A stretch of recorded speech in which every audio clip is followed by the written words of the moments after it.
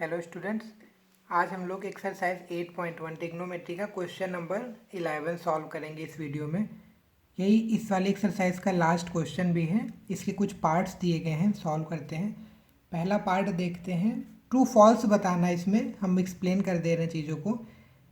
The value of tan a is always less than 1। कह रहा है कि क्या tan a की जो वैल्यू होती है वो हमेशा 1 से छोटी होती है। वैसे tan होता क्या है?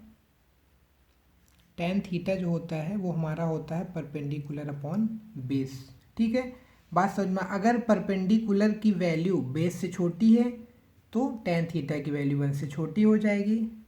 जैसे कि राइट एंगल ट्रायंगल बनाते हैं, हाइपोटेन्यूज तो हमारा फिक्स होता है, लेकिन बेस और परपेंडिकुलर, बात समझ में आ रही है ना, बेस और परपेंडिकुलर चेंज होते हैं। कभी बेस 5 हो सकता है, वो 12 हो सकता है, या फिर बेस 12 हो सकता है और परपेंडिकुलर 5 हो सकता है।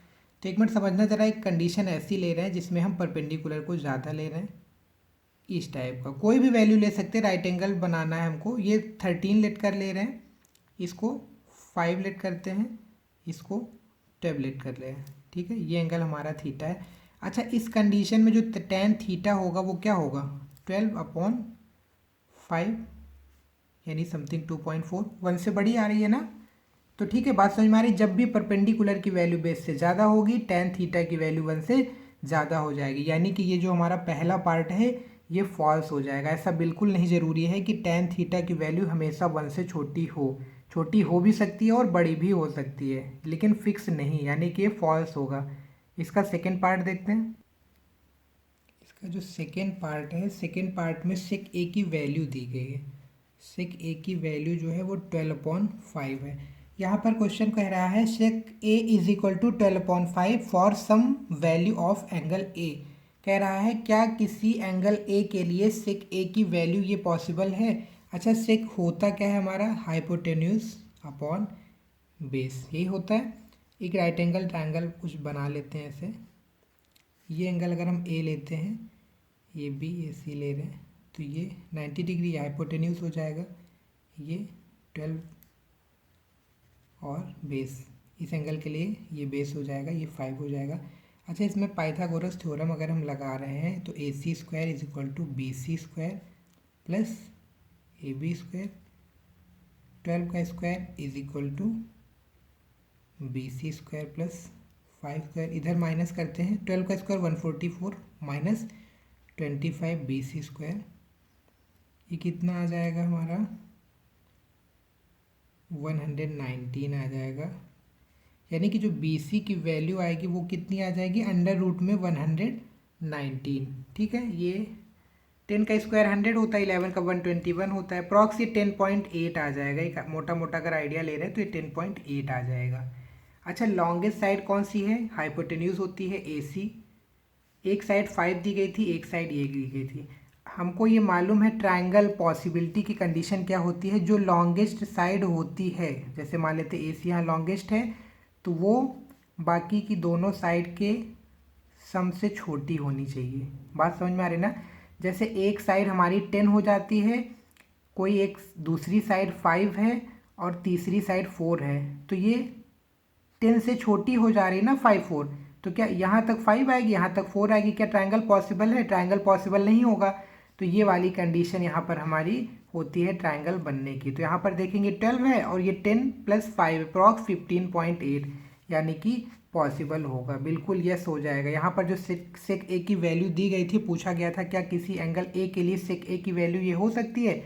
बिल्कुल, अगर ट्रायंगल पॉसिबल है तो सेक ए की वैल्यू हो सकती है, यानी कि ये ट्रू हो जाएगा। अब हम लोग इसका थर्ड पार्ट देखेंगे।